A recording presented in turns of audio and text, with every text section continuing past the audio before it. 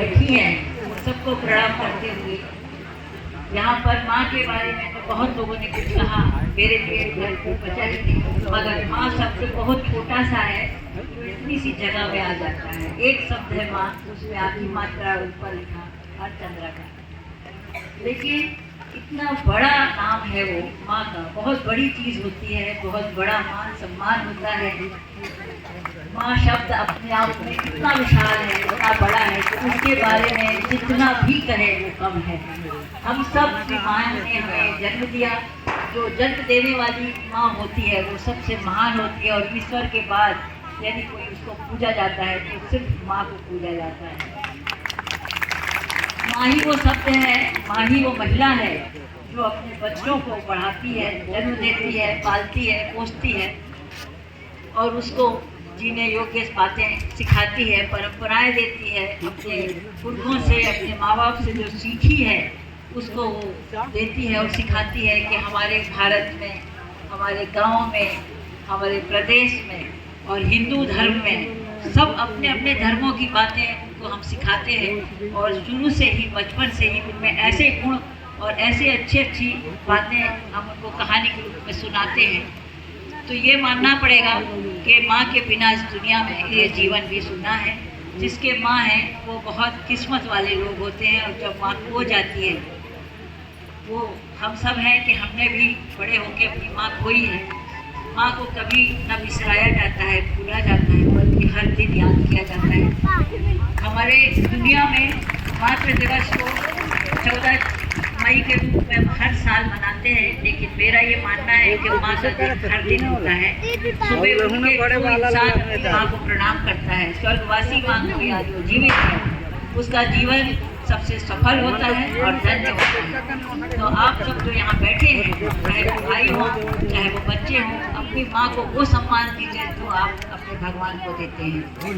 हमारी माँ, भगवान तो हर जगह नहीं जा सकता था, इसलिए उसने माँ को अपना रूप दे के भेजा है धरती पर कि वो अपने परिवार को और अपने बच्चों को पाले। तो माँ तो शब्द अपने भी इतना महान है, और आज हम लोग सब माँ होने का गौरव प्राप्त हैं। जिसके बच्चे होते हैं उनको समझना चाहिए कि माँ का क्या स्थान है, और कितने जन्मों के बाद, तपस्या करने के बाद हमको ये माँ मिलती है, और हम उन्हें खोना नहीं चाहते, लेकिन जिनकी खो जाती है उनको सचमुच बहुत दुख होता है। आज मैंने भी अपनी माँ को याद किया है, मैंने भी रोज़ सुबह उठ के उनको प्रणाम भी करते हैं, आप भी किया करें। अभी कृष्णा जी ने कुछ बातें सरकारी बताई, और इसके पहले मैं ये बोलना चाहूँगी कि मैं अमरदीप में इसके पहले शायद एक बार आए थे, लेकिन बहुत सारी महिलाएं हैं और यहाँ पर मेरी बहनें बहुत अधिक मात्रा में आई हैं। तो तानाखार से मुझे 60,000 से भी ज़्यादा, लगभग 61,000, 65,000 हमको वोट मिले थे, और इसी कारण मैं दिल्ली में जीत पाई थी सांसद के रूप में। तो ये मुझे सभी माँओं का एक माँ को आशीर्वाद मिला है, इसके लिए मैं आपकी बहुत आभारी हूँ, और आपने मुझे ये सेवा का मौका दिया, इसके लिए भी आभारी हूँ। जो हमारी सरकार विगत 4.5 साल पहले बनी थी, भूपेश बघेल की सरकार, कांग्रेस की सरकार, सोनिया जी की सरकार, क्योंकि सोनिया जी भी एक माँ है, इसलिए मैंने भी उनको बहुत करीब से देखा। वो भी खासकर छत्तीसगढ़ का बहुत ध्यान रखती है, पूछती है कि वहाँ की महिलाओं के साथ क्या होता है, कैसे रहती हैं, कैसे खाती हैं। तो मैं उनको यहाँ की परिवार के बारे में, एक महिला के बारे में, हर जाति के बारे में उन लोगों को बताती रहती हूँ कि यहाँ हमारे छत्तीसगढ़ में ये परंपराएं हैं। और जब मैं गाँव में जाती हूँ तो वहाँ इंदिरा जी आज भी आपके दिलों में बसती हैं। जितनी भी जगह में गई हूँ, थानागढ़ में, चाहे रामपुर में, जिस विधानसभा में जाती हूँ, गाँव का दौरा करती हूँ, वहाँ हर महिला इंदिरा गांधी को अपने मन में बसाए हुए है। यहाँ कांग्रेस इंदिरा गांधी के नाम से जानी जाती है। ये जब उन्होंने सुना तो बहुत खुश हुई थी, और उन्होंने कहा था कि महिलाओं के लिए ये सरकार अच्छा काम करे। उन्हीं के निर्देशन पे यहाँ महिलाओं की सरकार ही समझ लीजिए कि हमारी कांग्रेस ने महिलाओं को वो सम्मान दिया है जो अब तक कभी भी, जब से छत्तीसगढ़ बना, नहीं मिला था। चाहे वो गोबर बेचना हो, चाहे वो स्व सहायता समूह हो, चाहे आंगनबाड़ी हो, चाहे मिताने हो, सभी लोगों को ये सम्मान दिया गया।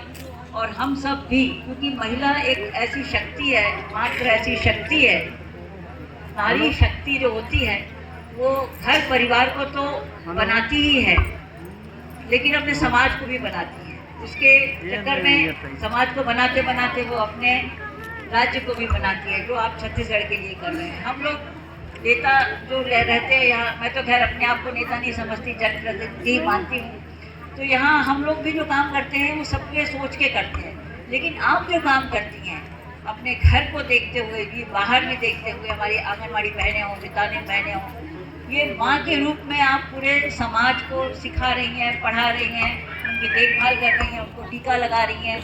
तो ये काम बहुत ही कठिन होता है। इसके लिए सचमुच मानदेय बहुत कम था और ये सरकार ने बहुत अच्छा किया। मैं उन्हें महिलाओं की तरफ से धन्यवाद भी दी थी मुख्यमंत्री को कि आपने हमारा कहना सुना और माना और हम सब महिलाओं का सम्मान भी किया। तो हर महिलाएं ये सोचे कि ये सरकार है और आगामी जो चुनाव होने वाले हैं उसमें भी हमारी सरकार फिर से बन रही है, कांग्रेस की सरकार। और इसको बनाने के लिए आपको अपना विकास करना है, महिलाओं का विकास करना है, किसानों का विकास करना है, गाँव का विकास करना है। तो ये पक्की बात हो गई है कि हमें अपनी सरकार यानी पंजा छाप सरकार यानी कांग्रेस की सरकार, सोनिया की सरकार बनानी जरूरी है। अभी उन्होंने बताया, आपके विधायक जी ने, कि जो उन्होंने समझाया, मैं एक सीधे शब्दों में गांव में जाके कहती हूँ कि जो सस्ता मिल रहा है, चाहे वो चावल हो, चाहे वो चना हो, नमक हो, शक्कर हो, जो भी चीज़ें हों, वो जो सस्ती मिल रही हैं वो तो हमारी सरकार पंजा छाप सरकार दे रही है। लेकिन जो महंगी मिल रही है वो आपको मोदी सरकार दे रही है। जैसे गैस हुआ, पेट्रोल हुआ, डीजल हुआ, मिट्टी का तेल हुआ और महंगाई मतलब फल फूल की महंगाई, सब्जी की महंगाई, तेल की महंगाई, ये सब ऊपर से आ रहा है। जो चीज़ पहले 60 में मिलती थी आजकल 200 रुपये में मिल रही है। ये ले मेरे बेटा खाओ। तो आप ये सोचिए कि जो सस्ता देता है वो हमारा है और उसको ही चुनिए। चूँकि मैं जगह जगह जाती हूँ, मुझे महिलाएं बहुत ही अधिक संख्या में मिलती हैं। सिर्फ इसलिए नहीं कि वो महिला हों, सिर्फ इसलिए कि वो महिलाओं को आदर देती हैं और अपनी सरकार से खुश हैं और बताना चाहती है कि हम लोग इस सरकार से खुश हैं। मुझे लगता है आप लोग भी हमारी कांग्रेस सरकार से खुश होंगे, है कि नहीं? बोलिए, है कि नहीं? चलिए ताली बजा के बता दीजिए। हम यही चाहते हैं, क्योंकि यदि हर महिला, हर माँ अपने पैरों पे खड़ी हो, अपने परिवार को अच्छे से पालती है और उनके दुख सुख में शामिल होती है और अपनी सरकार की सब सुविधाएं उन तक पहुंचती हैं, तो जब महिला मजबूत होती है तो निश्चित रूप से परिवार भी अच्छा स्वस्थ होता है, सेहतमंद होता है और वो अपने समाज को और गांव को भी ठीक करती है।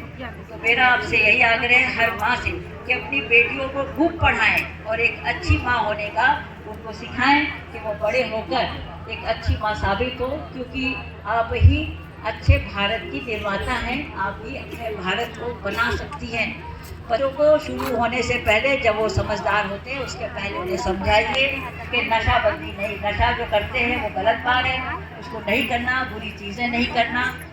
दूसरे के बच्चों को देख करके, दूसरे की लड़कियों को देख करके उसको बहन समान अपना सम्मान देना। जो आप अपने घर में सम्मान देते हो माँ बहन को, वही आप बाहर दें। ये सब हम लोगों के हिस्से में है।